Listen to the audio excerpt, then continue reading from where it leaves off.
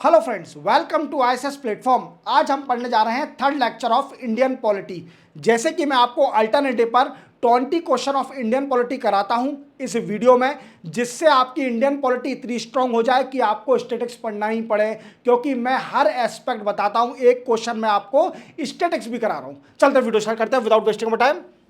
First question, drafting committee of the constituent assembly under doctor B R Ambedkar had how many of other member. तो देखो इसका answer है 7 member. क्या drafting committee में 7 member थे, including doctor B R Ambedkar. Clear, जो कि chairman थे। अब मैं ऐसे तो छोड़ूंगा नहीं आपको, मैं आपको 7 मेंबर बताऊंगा। तो सबसे पहले मेंबर थे बी आर अंबेडकर। कौन? बी आर अंबेडकर, जो कि चेयरमैन थे इसके। सेकंड थे N Gopalaswami, Gopalaswami Ayyangar. Clear, ये थे second member. Then after third थे कृष्णा स्वामी अय्यर, ये थे थर्ड। फोर्थ थे B L Mitra. Then after fifth थे मोहम्मद सदुल्ला। क्लियर। सिक्स्थ थे we can say DP Khaitan, DP Khaitan. एक और रह गए हैं, कौन से? के एम मुंशी। कौन से? के एम मुंशी जी। ये 7 मेंबर थे, बट इसमें चेंजेस भी हुए, क्योंकि 1948 में 2 लोगों की डेथ हो गई। कौन कौन से? बी एल मित्र साहब सबसे पहले डेथ हुई, तो उनको रिप्लेस किया किसने? एन माधव राव जी ने। एन माधव राव जी ने इसको रिप्लेस किया। देन आफ्टर सेकंड मृत्यु हुई डीपी खेतान साहब की, और इनको रिप्लेस किया टीटी कृष्णा मचारी। क्लियर, याद रखना, ये क्वेश्चन पूछा जाता है कि कितने मेंबर थे ड्राफ्टिंग कमेटी में। क्लियर, याद रखना। और हेड कौन होता है? Doctor B R Ambedkar Sahab. The constituent assembly setup drafting committee under chairmanship of doctor B R Ambedkar on. ये पूछ रहा है कि ड्राफ्टिंग कमेटी कब सेटअप करी गई थी? तो ये सेटअप करी गई थी 29 अगस्त 1947। और इसका काम क्या था? इसका काम था formation and structure of Indian constitution. याद रखोगे, ये इसका वर्क था। चलते अपन आगे।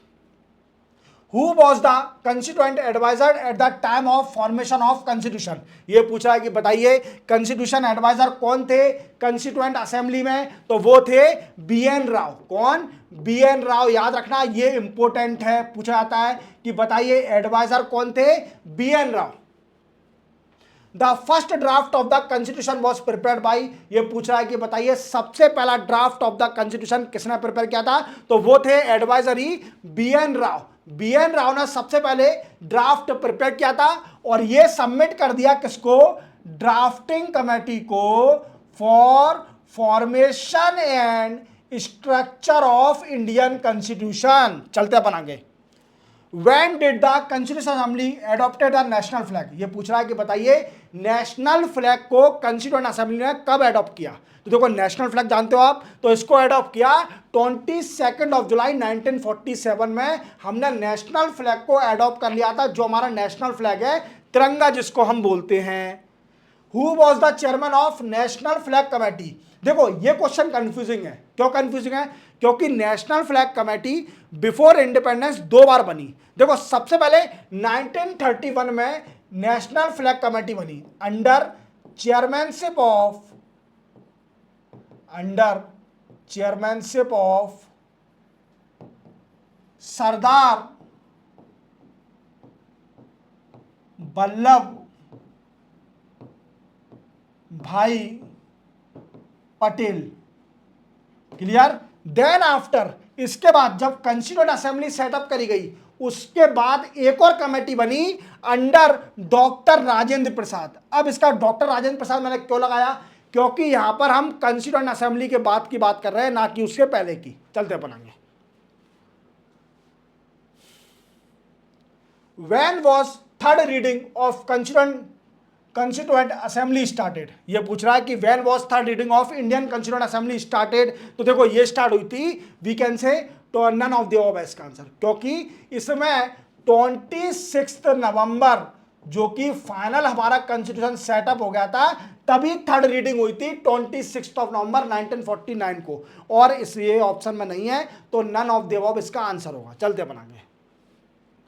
The constitution of India was completed on, देखो आपको मालूम है कॉन्स्टिट्यूशन हमारा इंडिया कब कंप्लीट हो गया था, तो 26 नवंबर 1949 को हमने कॉन्स्टिट्यूशन अपना बना लिया था, और हमने एडॉप्ट भी कर लिया था 26 नवंबर 1949 को। और आपको मालूम है किसके है ना जो रीडिंग हुई थी, 4th में साइन हुए थे, मैंने आपको प्रीवियस लेक्चर में बताया था, वो देख लेना आप।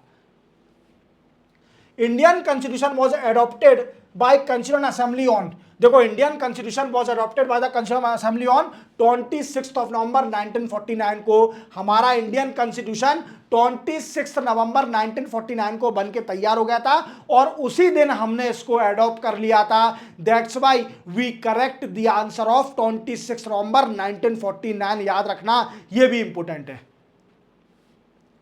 जनवरी 26 was selected as the date for the inauguration of the constitution because, देखो क्या है कि आपके मन में डाउट आएगा, क्या डाउट आएगा कि सर जब हमारा कॉन्स्टिट्यूशन 26 नवंबर 1949 को प्रिपेयर हो गया था, इवन एडॉप्ट भी हो गया था, तो हमने 26 जनवरी 1950 को एज अ रिपब्लिक डे क्यों मनाते हैं, हमने इसको लागू क्यों किया? तो देखो इसका कारण था, मैं आपको बताता हूं। देखो इसका कारण यह था कि 1929 दिसंबर 1929 में एक लाहौर सेशन हुआ था।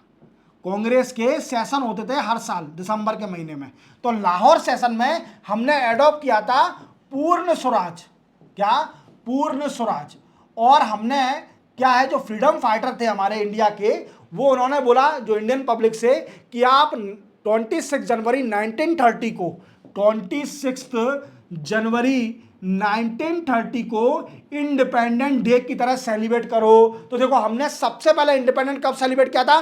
26 जनवरी 1930 को, बट हमको इंडिपेंडेंस वीकेंड से हम बोल सकते हैं, इसलिए 26 जनवरी एडॉप्ट करिए अपन ने। चलते अपन आगे। तो इसका आंसर है Congress had observe it as a independent day 1930। Indian constitution was adopted by, तो सिंपल आंसर है कॉन्स्टिट्यूएंट असेंबली, क्लियर, 1946 में सेटअप करी गई थी, क्लियर, और इसी ने ही एडॉप्ट किया है। The constitution of India was enacted on 26 November 1949 by, इसका भी आंसर सिंपल है कॉन्स्टिट्यूएंट असेंबली, बच्चों वाला क्वेश्चन है। Constitution day of India celebrated on, अब देखो ये कंफ्यूज हो जाएगा क्योंकि अधिकतर लोग इसका आंसर 26 जनवरी लगा जाएंगे, बट नहीं, कॉन्स्टिट्यूशन वो 26 जनवरी को हम रिपब्लिक डे सेलिब्रेट करते हैं, ठीक है। और हम कॉन्स्टिट्यूशन डे कब सेलिब्रेट करते हैं? जब हमारा कॉन्स्टिट्यूशन बन के तैयार हो गया था और हमने एडॉप्ट भी कर लिया था, तो वो है 26 नवंबर। चलते अपन आगे। B R Ambedkar was elected to the constitution assembly from, देखो बी आर अम्बेडकर अब कॉन्स्टिट्यूशन असेंबली के कब मेंबर बने? देखो सॉरी 1946 में ये सबसे पहले मेंबर बने, कहां से?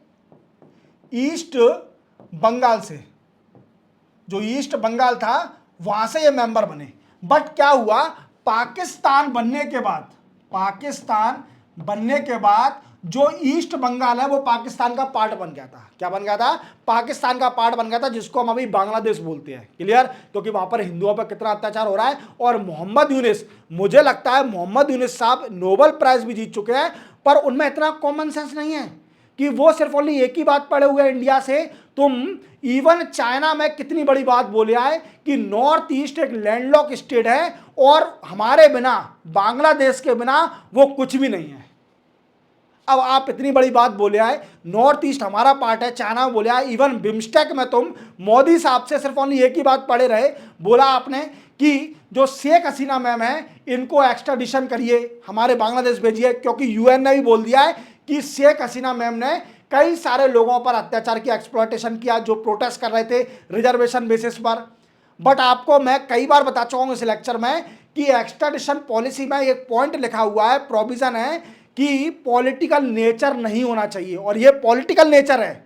इसलिए हम इनको शेख हसीना मैम को एक्स्ट्राडिशन नहीं कर रहे हैं बांग्लादेश में।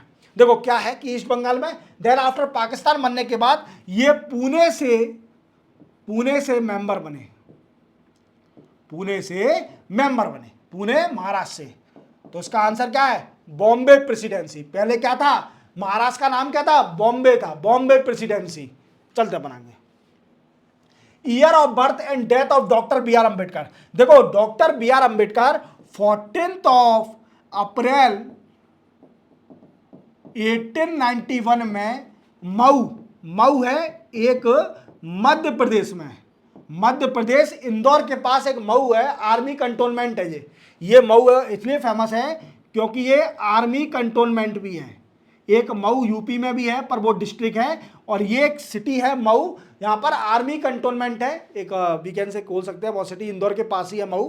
क्लियर? तो वहां पर इनका जन्म हुआ 14 अप्रैल 1891 और इनकी मृत्यु हुई 1956 को, याद रखना। तो इसका आंसर है 1891 1956। इन which year was Jana Gana Mana adopted as the national anthem of India. देखो जनगण मन हमने एडॉप्ट किया था 1950 में। अब 1950 24 जनवरी 1950 को हमने जनगण मन एडॉप्ट किया था, याद रखना। That is also important. और ये क्या है हमारा? National anthem, national anthem. Clear? National anthem. और इसकी कितने सेकंड में होता है ये कंप्लीट? 52 सेकंड में कंप्लीट होता है, याद रखना। चलते अपन आगे। The state envelope was adopted by government of India on 26 जनवरी 1950 को स्टेट एनवलप हमने अडॉप्ट कर लिया था। और स्टेट एनवलप हमने कौन सा अडॉप्ट किया था? तो देखो आपको मालूम है अशोक एक राजा था, अशोक मौर्यन एम्पायर का राजा था। इसके सारनाथ में, सारनाथ जो कि बनारस में है, बनारसी में है। क्लियर? और यहां पर एक पिलर था जिसमें 4 लॉयन, हालांकि दिखते 3 है, एक बैक में होता है 4 लॉयन, और इसी को हमने एनवलप की तरह एडॉप्ट कर लिया, देश का इंडियन का एनवलप, जो कि 26 जनवरी 1950 को हमने एडॉप्ट किया था, याद रखना। चलते अपन आगे।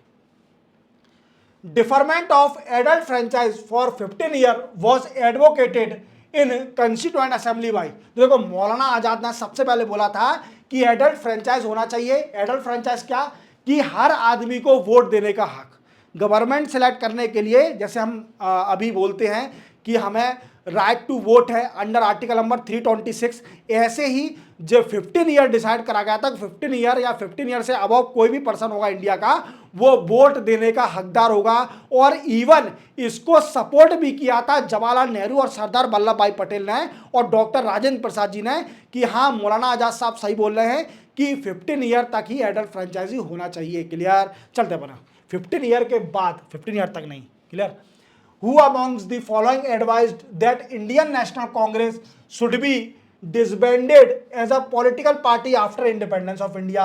देखो ये बात ध्यान रखना, ये महात्मा गांधी साहब बोल गए थे कि जैसे ही इंडिपेंडेंस मिल जाएगा हमारे इंडिया को, जैसे ही हमारा इंडिया आज़ाद हो जाएगा, तो उसके बाद कांग्रेस, जो कांग्रेस पार्टी है, इसको खत्म कर दे। क्या करें? इसको खत्म कर दें, इसको डिसबैंड कर दें, क्योंकि कांग्रेस पार्टी का कोई मोटिव नहीं होना चाहिए। और we can say political nature multi party हमारे इंडिया में। क्लियर? कांग्रेस का कोई मतलब महत्व नहीं होना चाहिए, क्योंकि क्या है कि कांग्रेस इतने साल से काम करते आ रही है और कांग्रेस को इन्होंने डिसबैंड नहीं किया, और गांधी परिवार ने कांग्रेस पर पूरा रूल कर लिया। क्लियर? मैं किसी को टारगेट नहीं कर रहा हूं, महात्मा गांधी साहब बोल गए। क्लियर? तो इन्होंने, गांधी परिवार ने बंद नहीं किया कांग्रेस को, बस यही है। How many women member were there in Indian constitution assembly? देखो ये पूछ रहा है कि कितने मेंबर वुमेन थी कॉन्स्टिट्यूएंट असेंबली में, तो वो थी 15 मेंबर। 15 वुमेन थी कॉन्स्टिट्यूएंट असेंबली में, याद रखना। उनके नाम मैं नहीं बताऊंगा, बहुत डिफिकल्ट है। चलते बनाएंगे। तो इसी के साथ ये भी लेक्चर कंप्लीट होता है। 3rd लेक्चर आप लोगों को मैंने कंप्लीट करा दिया है इंडियन पॉलिटी का, जिसमें आपको मैंने पूरे डिटेल में बढ़ा दिए कॉन्स्टिट्यूएंट असेंबली में क्या क्या हुआ। इवन आप 3 लेक्चर देख लीजिए, आपकी पॉलिटी स्ट्रांग हो जाएगी, दैट्स माय गारंटी। मिलते हैं हम 4th लेक्चर में, तब तक के लिए जय हिंद।